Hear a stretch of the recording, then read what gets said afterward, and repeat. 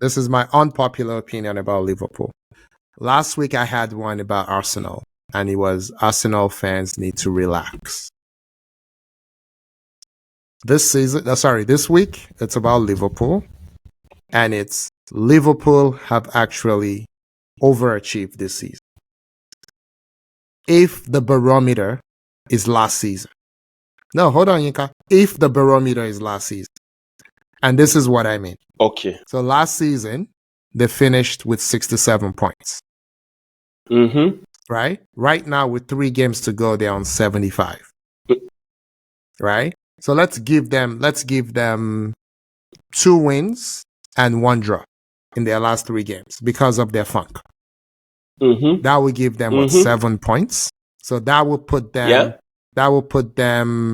15 points ahead 82. of 82 to 67 last year. That's 15 points. That's 15. Yeah. Okay. So now, what changed between last year and this year? They rebuilt their midfield, right? I think unless you're Pep and or Manchester City, you don't change your entire midfield and expect to go win the league. We don't hold those expectations for anyone else. We only do that for Pep, and now apparently for Klopp. So Yinka, I'm going to put you on blast, because every time we had a chance to predict who was going to win the league, you said Liverpool. You said Liverpool before the season started. You said it a quarter of the way in. I told you I never believed in Liverpool to win, and that's because I believe you have to build up to these things. I don't think you can be 23 points behind. They were at one point, they were 23 points ahead of their pace last season. I feel like it's the elephant that you got to eat a little bit at a time, not all of it. Like, again, let's talk about Arsenal for 2 seconds, right? Arsenal could finish out the season in good form, win all their games, and lose out to City. And why? Counting Nottingham Forest today, City haven't lost in 31 games in all competitions. They've drawn 6 times, they've won 31 times. It doesn't matter what you do. If your opponent refuses to lose, what are you going to do? So these are the standards, right? And my substantive reason for why Liverpool is, struggling or whatever is, and I sing Klopp's praises all the time. But Klopp is not Pep, right? Klopp came in and said, "I'm bringing rock and roll football, right, to Liverpool." Yeah, and that meant, everyone just blasting forward from both of his fullbacks blast forward. Most other coaches will hold one back and have the other overlapping. He has both of them as speed demons and just going, right? And he used to bypass his midfield because they were terrible. They were just like industrial players, right? People who I still think should not be footballers, like Jordan Henderson is literally the worst professional I've ever watched in my life. I do not like him, not one bit. I think he cannot play at all, right? But now you've transformed that into 3, in my opinion, extremely good midfielders, right? So, and then you're beginning to like deprioritize your world-class right back who cannot defend, right? And then now you're beginning to run things through the middle. Most people cannot do that in one season. So that's one thing. The other thing is this spat going on between Klopp and Salah. Yinka, I think about 6 or 7 times now, you and I have said Saka at Arsenal is maybe half the player that Salah is. Yep. Why is Salah not starting games? I don't care what form he's in. You're not good enough for this man to be on the bench. I do not care if he's not scoring. You're just not good enough. You're not Pep.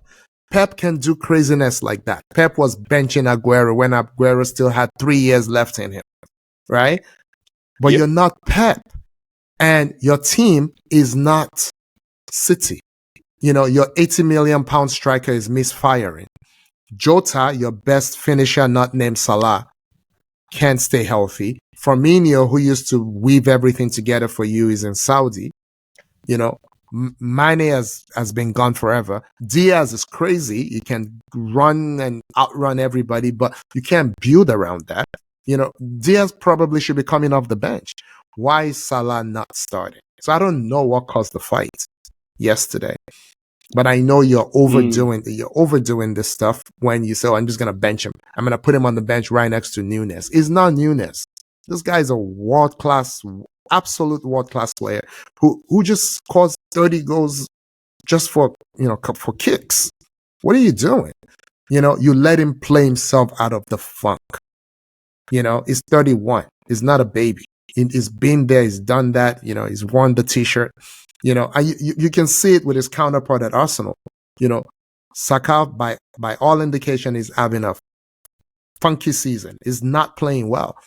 But the last two games, it's back to normal. Maybe not excellent, but it's back to normal. My daughter was watching today. I was like, Saka puts in a lot of defensive effort. I'm like, you can see that? It's like, yeah. It's like, was it when the goal that was disallowed for offside by Spurs? Yeah. She was like, he was the one who cleared the ball out. I'm like, yeah, you're right. He was the one. So, and that's the thing. Like, there's other things that these guys bring to you, even when they're not scoring.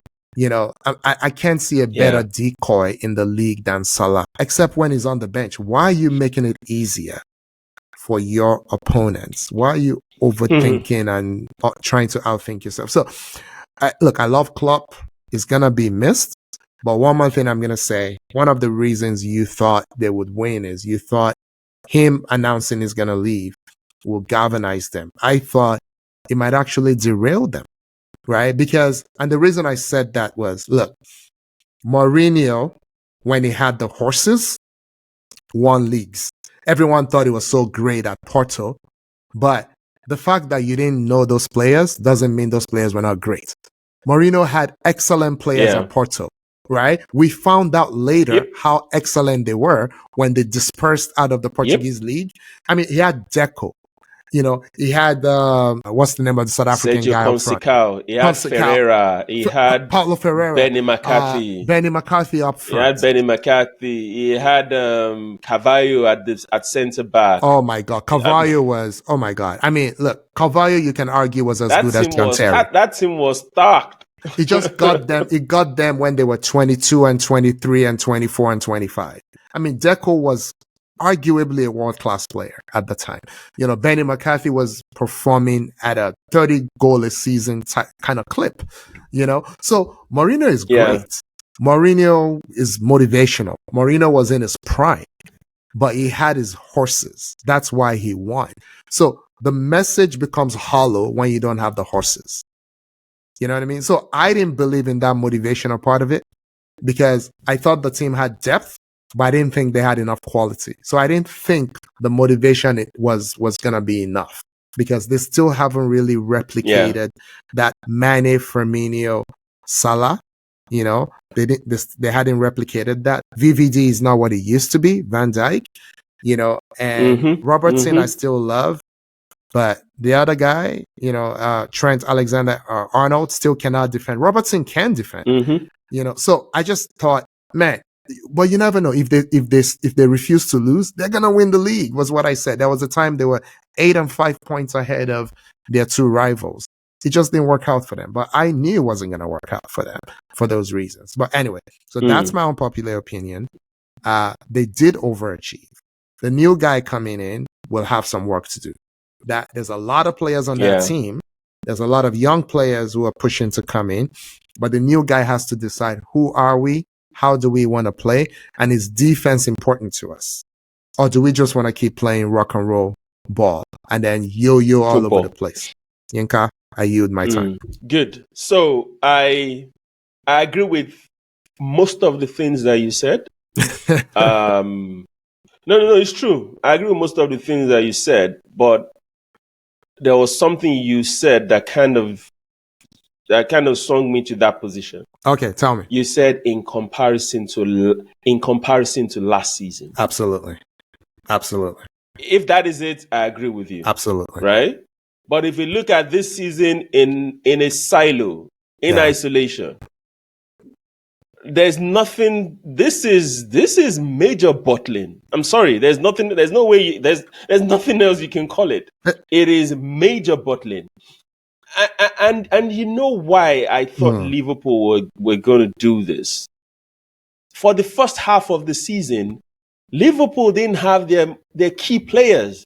And we got to maybe the 50-60% mark of the season, and they were still contending. Absolutely. They were still in contention. And I'm like, if they then get Jota back, if they get Salah back, do you understand? If they get these guys back, then these guys can only propel them to bigger things. That's what I thought. That's why I said Liverpool. Because given the personnel they had, as at the time we were having this discussion, I was like, there's no way you should be near top 3 with this personnel. No way. So I expect when Salah came back from the Nations Cup and he was fit, he's going to push them to the next level. When Jota is fit and is back from his lengthy injury, man, Jota is on fire. You understand? Luis Diaz, he's a madman, like you said. So that was what I thought, and that was my excuse for saying I think Liverpool, they've overcome enough, right, in the first part of the season, that when they have their full squad with Pep leaving, I thought it was going to galvanize them It made sense. to the next level. It made sense. But looking at this stuff, it wasn't as if, frankly, like I said, they didn't play bad. You know, all the games they lost, they could have won those games convincingly. All of them. Yeah. All of them. No, So something just happened and everybody turned on each other. Yeah. And I was very, very shocked and surprised when I saw what happened on the touchline between Klopp and Salah. Yeah. Then I was even a lot more surprised. When Salah came up, I said, if I speak, there'll be fire. There'll be fire. And I'm like, from Mo Salah, who is the gentlest, is that a word? Yeah, he never He's the gentlest speaks. of footballers. Yeah. He never speaks. So when that came up, I'm like, Akin was right. This Klopp's exit, right, has actually affected these guys. And maybe it was a blessing in disguise that these guys were injured or unavailable at the earlier part of the season, and it was just players that were just happy to play, right, that were on the pitch. Do you understand? Yeah. So it's crazy. I don't know. It's a crazy situation. I never saw this coming. Yeah, maybe 1 or 2 games, but not 5 games, 4-5 games at a stretch. It's on. I can't explain. It's like maybe one Arsenal fan, came to Nigeria to visit one of our local practitioners to say, please help me, our peoples, help me do something to Liverpool, and it worked. Go ahead. So a couple things, Yinka.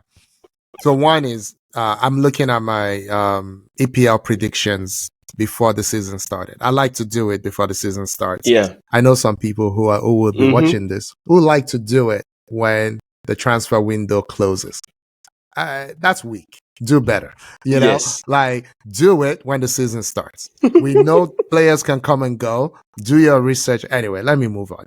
So I had Arsenal, Man City, Liverpool, Man United in the top 4.